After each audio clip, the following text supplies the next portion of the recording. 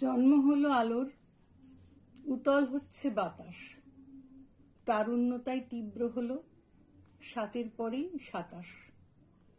ফুল রাঙা জোরালো, মৌল গন্ধ ঢাকতে জানে সপ্তপর্ণী পাতা, পুড়তে পুড়তে হ্রাস নিয়মে কুড়ি।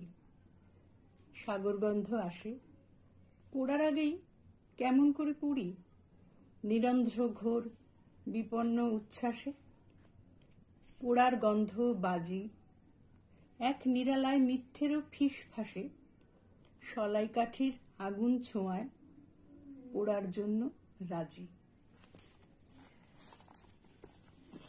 আমি কাজরি বসু। কবিতাটার নাম ছিল হাউই।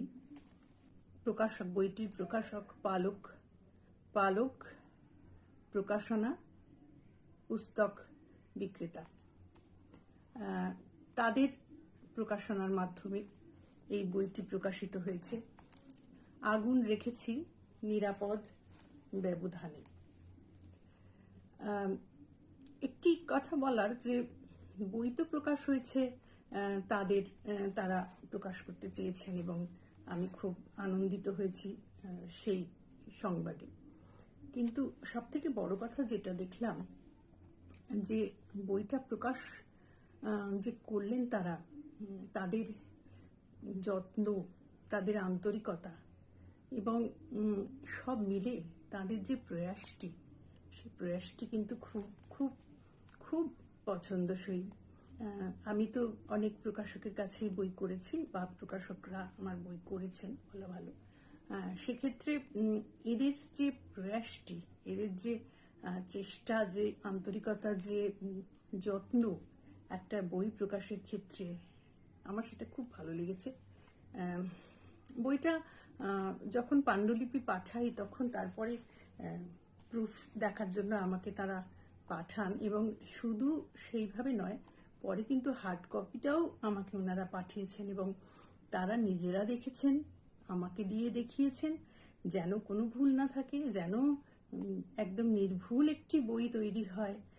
তাদের এই চেষ্টাটি বাবা মেয়ে দুজনের, অন্তরা ভট্টাচার্য এবং অঞ্জন ভট্টাচার্য, দুজনে মিলে যে প্রয়াসটি করেছেন, সেই প্রয়াসটি কিন্তু খুব খুব প্রশংসনীয়।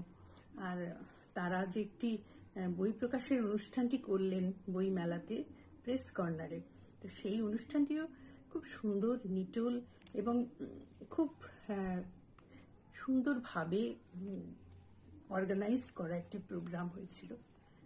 সেই প্রোগ্রামটিতেও থাকতে পেরে আমার খুব ভালো লেগেছে।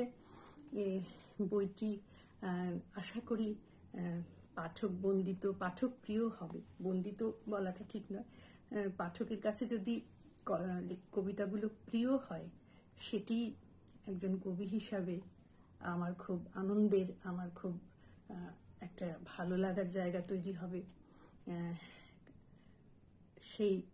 সেই আশাতেই বইটি করা। তাদেরও যেমন ভালো লাগবে, আমারও তেমন খুব ভালো লাগবে।